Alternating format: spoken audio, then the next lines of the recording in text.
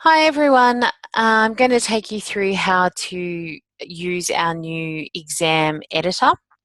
So you can find it in one of two ways. You can go into the assessments tab in here, set assessment, and then click on create your own. And what that will do is will open up directly in the content library. The other way that you can get to it is by going into the content library and then private workspace and add content exam. So what you do need to make sure that you are doing though is that you have got it in the correct language. So while we're currently in Chinese, if I create my Japanese exam, that's actually not going to be able to be moved between languages. So it's really important that you make sure that you are in the correct language. Otherwise, unfortunately, we can't rebuild them for you. So create a new and then exam down the bottom here. And what you'll be able to see is our brand new exam editor. So this has literally been out for all of about 3 days, which is very exciting. So you can see in here, I'll just type in my title. So we'll pop that information in there. And then we've got the first thing is the listening slides. So we'll go into multi-choice. So you can see that these are automatically marked questions. And then up the top right, I'm going to click on the microphone. So you can embed your audio, you can embed a video, picture, all of those sorts of different types of media. So if I jump into there, I'm going to upload or search the library, upload a sound because I've saved it onto my computer. And you can see I've got question A in there. So I'm going to open that sound. And then as I go through, it's uploaded, use this sound. I can push play to check that it's correct. A. さようなら. So then what I'm going to do is copy and paste from the document that Jess gave me, and I'm going to pop in the correct answers into here. Pop in the incorrect answers into this particular area. So those are my 3 options. You can put images in there if you like, but it is an exam. You don't necessarily have to. 1 point for this automatic marking, and then add new question. So you can see that this will be automatically marked. Students will either get it right or wrong. We're going to go through upload B.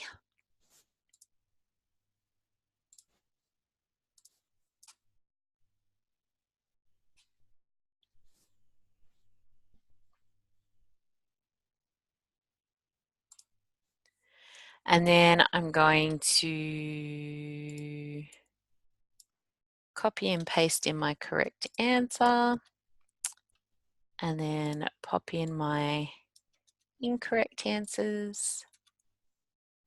One thing you can do is if you've got an option where more than one answer should be correct, you can simply just now click these little buttons down the side here. And so what that will do is it will change it from being choose the correct answer to choose all correct options or choose all correct answers. And that way the students can know that they are actually have to select more than one response for that particular question. So we're up to C. I'm going to go through, upload that.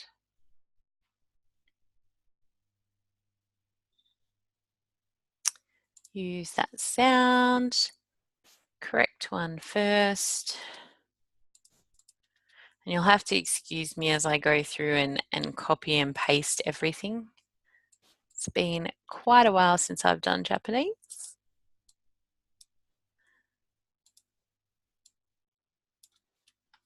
As we go through in here. So 1 point, add another question, and we're up to D, upload, pick audio, D.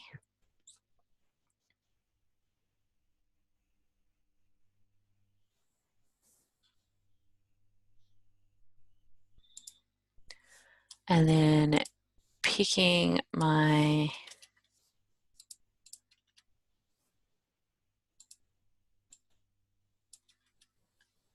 correct answer, incorrect answer, and incorrect answer. Again, 1 point at the bottom, we're all good. Next one,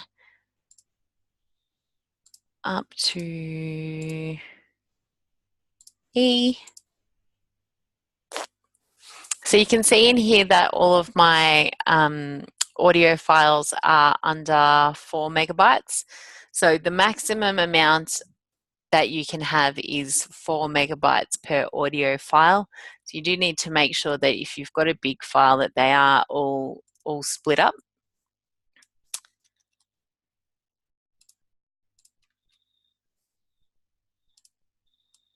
So let's go through that. And then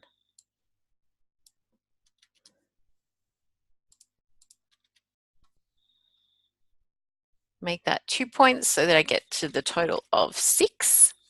And then we'll go add another question. So the next section is circling the odd one out. So the way that I thought we could do that is by clicking on manually marked. So this will mean that you will have to manually mark these particular questions. Going to long answer, and it will come up with this exam will now require manual marking, so it should go away. Yep. So then look at the words below.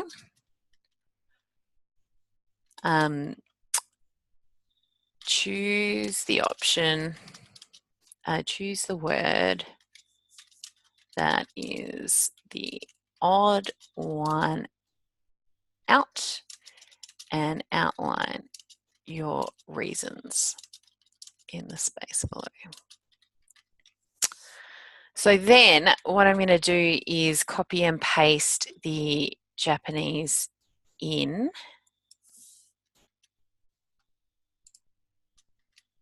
there. So you should be able to, hopefully, if you've got a Japanese keyboard, type directly into these particular areas. So you shouldn't have to worry about copying and pasting, but please let us know if it doesn't work. And then just going to bold that.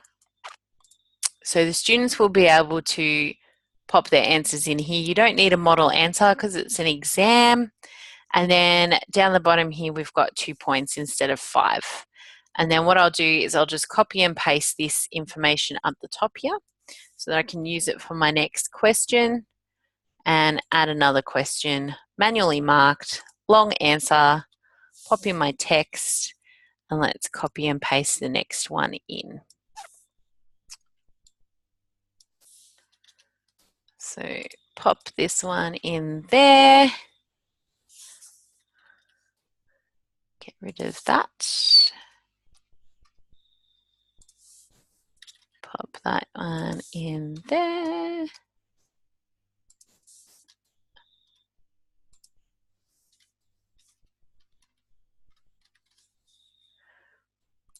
And then get rid of these little options in here.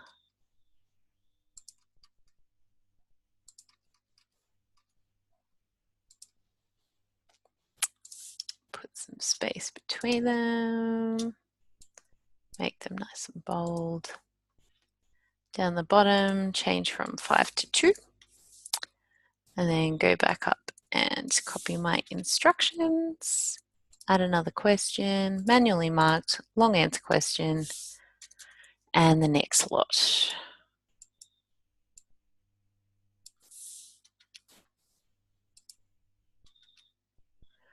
So put some spaces in between there.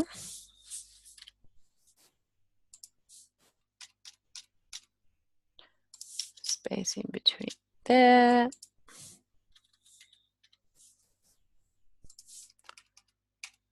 Like that. Bold. 2. Get my instructions. Add another question, manually marked, long answer, spaces.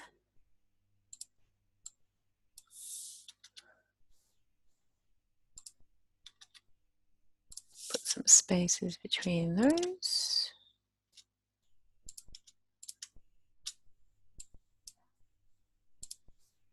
And then make that 2. All right, add another question. So that's 8 marks right there. So the next one we've got is choosing the correct alternative for each situation. So we're going to multi-choice these again. So these will be automatically marked. And then what I'm going to do is pop in the correct answer and then my incorrect answers. Now, unfortunately, because the Romaji does not show up nicely, so I'm copying and pasting.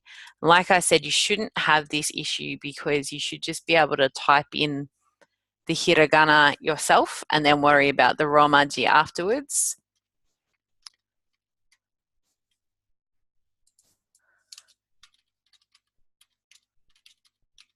So if I do this, and then I'll delete these little bits so that it doesn't look quite so messy and the students can actually see the hiragana nicely.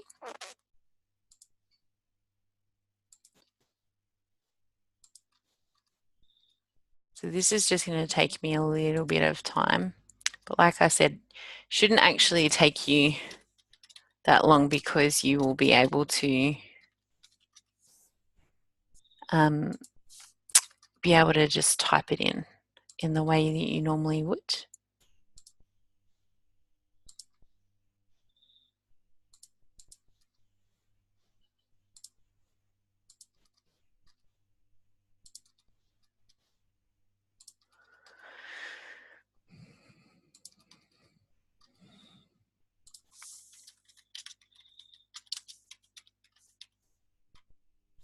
And I hope I've picked the correct answers.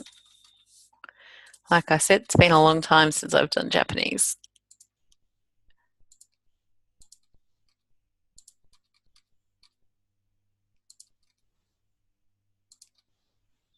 Okay, so we've got those in there, and then what we're going to do is add in our images. So I'm going to upload my image, and I've got 3A right there.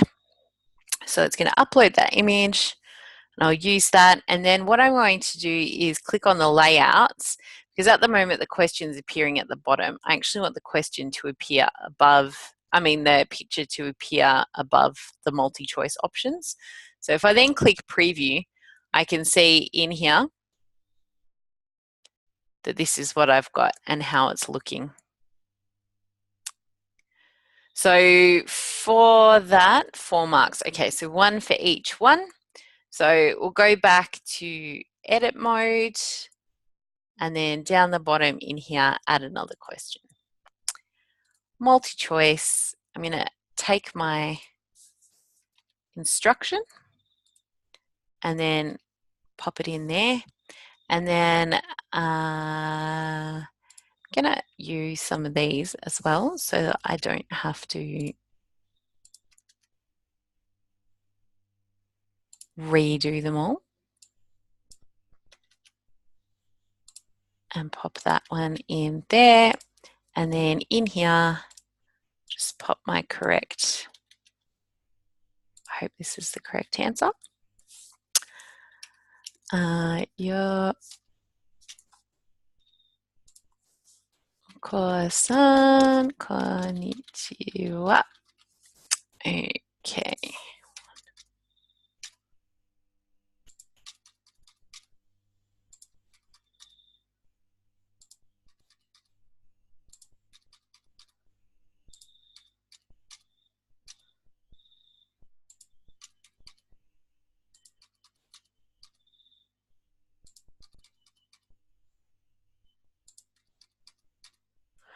Okay.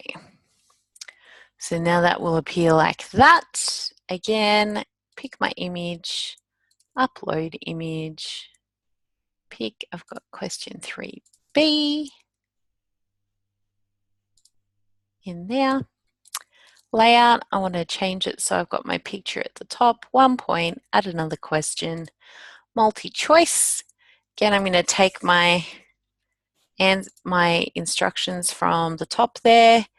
And what else have we got? Let's pick Sensei Konnichiwa. As that. And then I'll pop in my other answers.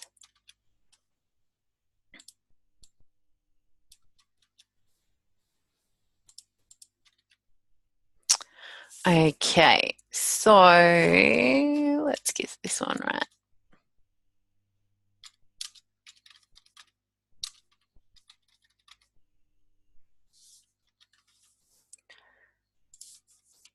Whoops.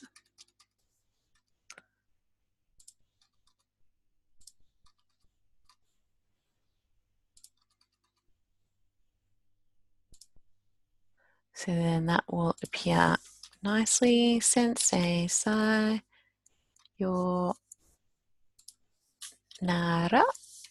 Full stop. Let's get rid of that.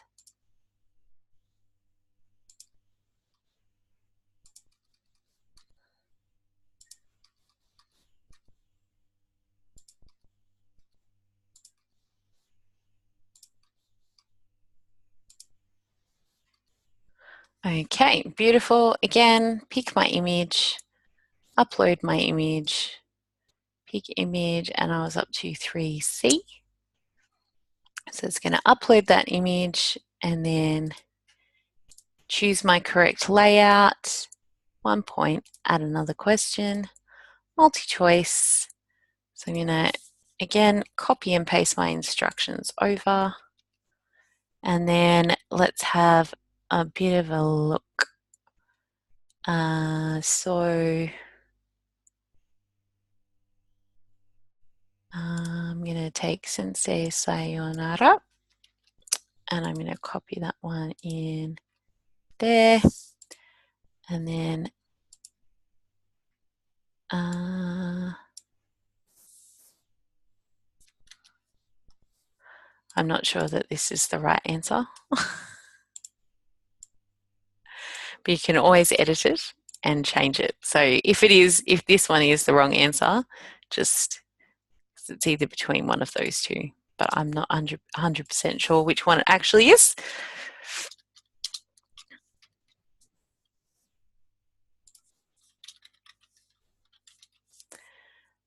And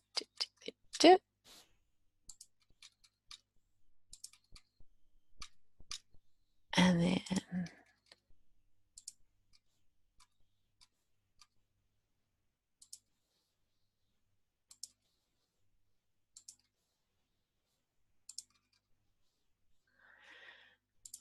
and pop this in again. Ohayo gozaimasu.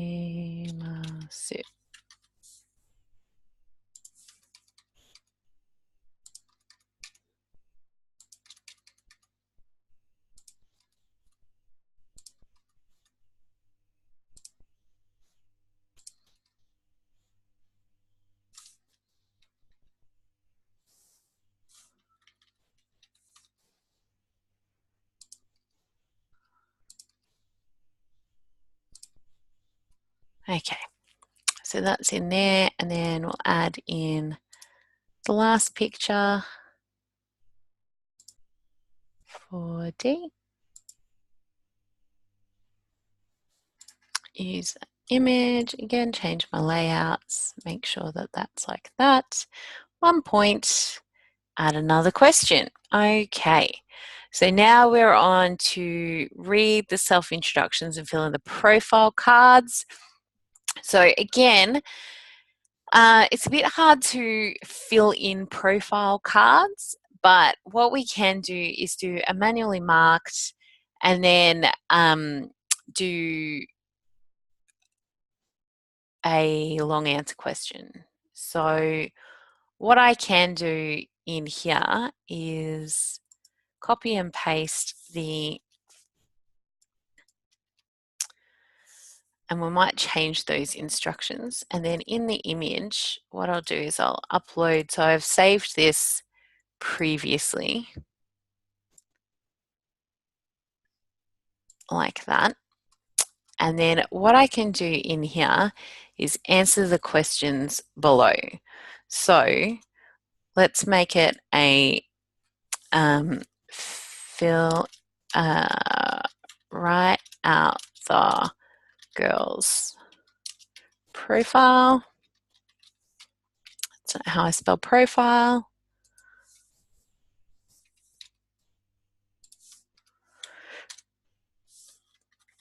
Write out the boy's profile.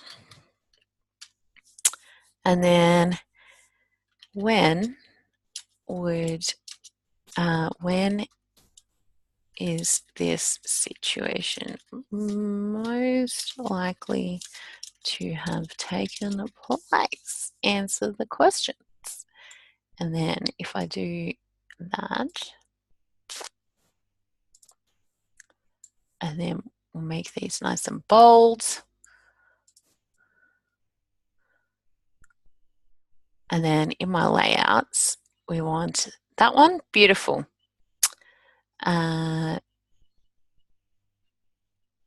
So then if I preview the question, this is how it's going to look.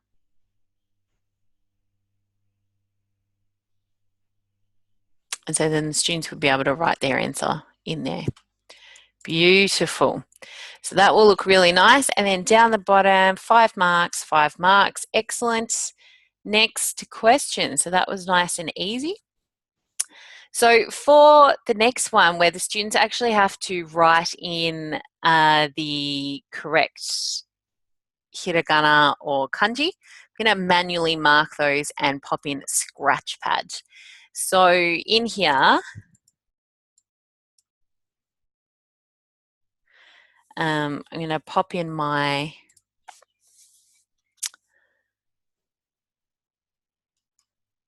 options at the top, and then I'm going to add a background image. So then I'm going to upload my background image and go 5A. And so then this will, I know that the poor boy, he came pixelated, but you'll be able to at least see that way that you can, the students can pop those in there. You can make bigger boxes. You can, do that. All I've done is pop that into Paint with the picture and the boxes so that the students could write those particular options in. And so it's 2 marks per question.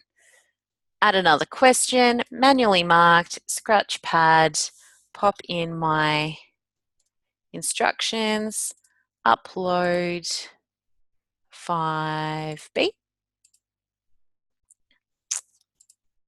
Again, 2 marks, add another question, manually marked, Scratchpad, background image, 5C. Use that image, 2 points, add another question, manually marked, Scratchpad, add a background image, 5D.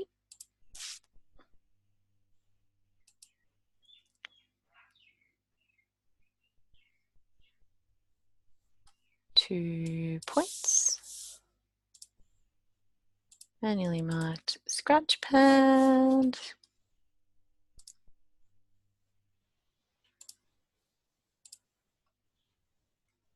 5E. 2 points.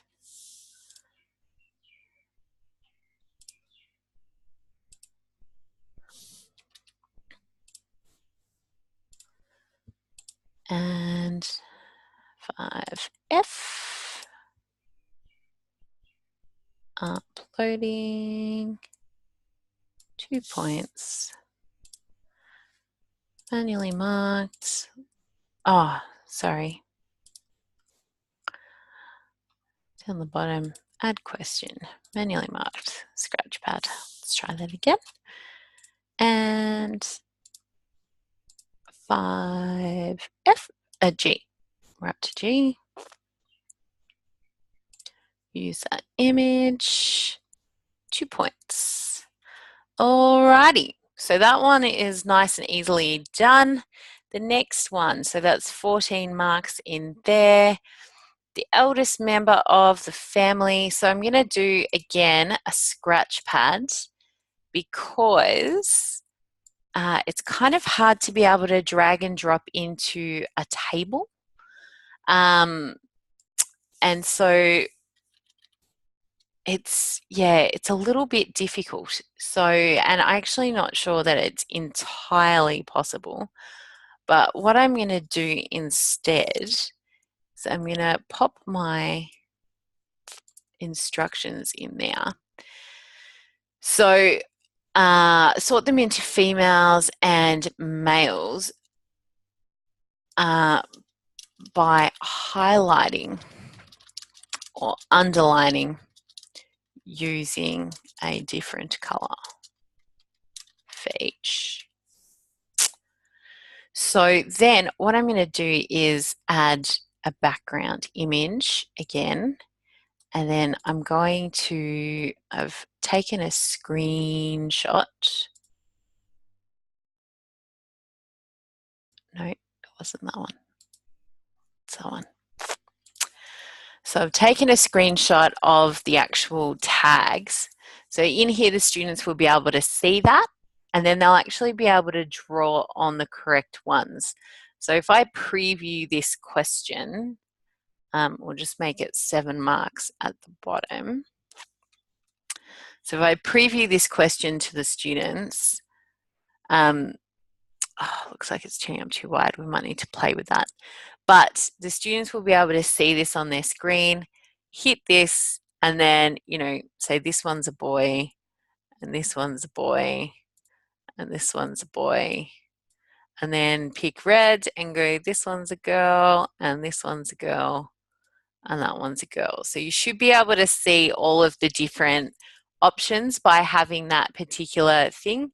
So even if they check their answer, they're not going to know whether they got it right or wrong, simply because it's an exam, so it doesn't really matter.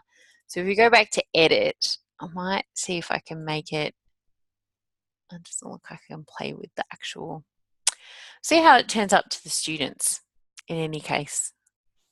I'm not sure that it won't be too wide, but I'm not sure that it will be too wide. Okay, and I'm going to do the same thing for question 7 as well. So manually marked, scratch pad, prompt in the Y chart, and then pick my image, and it was this one.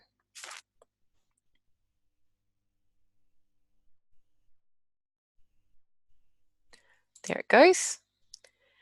So from this, they can either draw a line to go, in the right one when they go to draw on it. So if I preview my question in here, so they've got a choice. They can do squiggly lines or straight lines.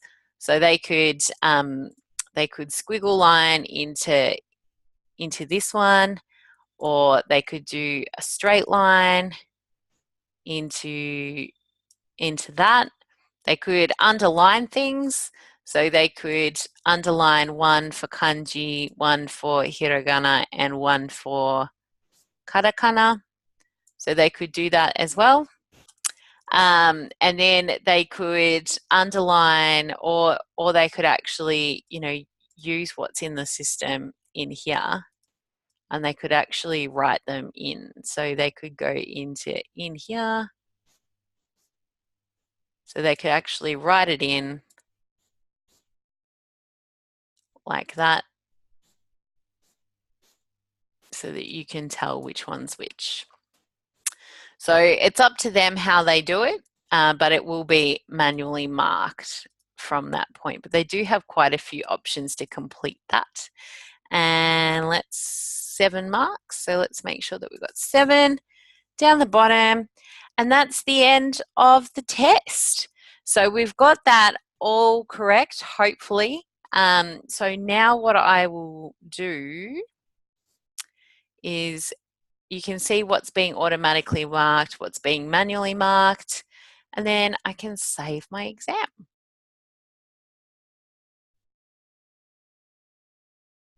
So from that point, once it's been saved, you can click the Assess button. So then that will take you directly to setting up that new assessment. So you could set it up for your Japanese students in there.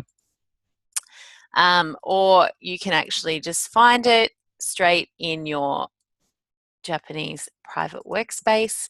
So it'll be in Jess's Japanese private workspace. So if you do want to move it into, see how it's automatically hidden from the students, if you wanted to put it into a particular folder somewhere, so you could create a Year 7 folder inside there with tests or something like that, and hide it from the students, and then you could pop it, move it into that particular folder. But it is sitting there underneath Jess's private workspace at the moment. So in order for her to move it, she just needs to click onto it. You can either right click onto it and move to, or you can use the more function, move to, and then you'll just need to pop it into a different folder. But it is hidden from the students with a little green slashy eye. But I would recommend, if you are going to go through and create a lot of tests, that you create a folder for those tests, and you hide that folder from the students. So happy test making. It's so nice and easy now. And please don't hesitate to message me, Jess, to get in touch with us if you need any help with creating those particular tests. Bye.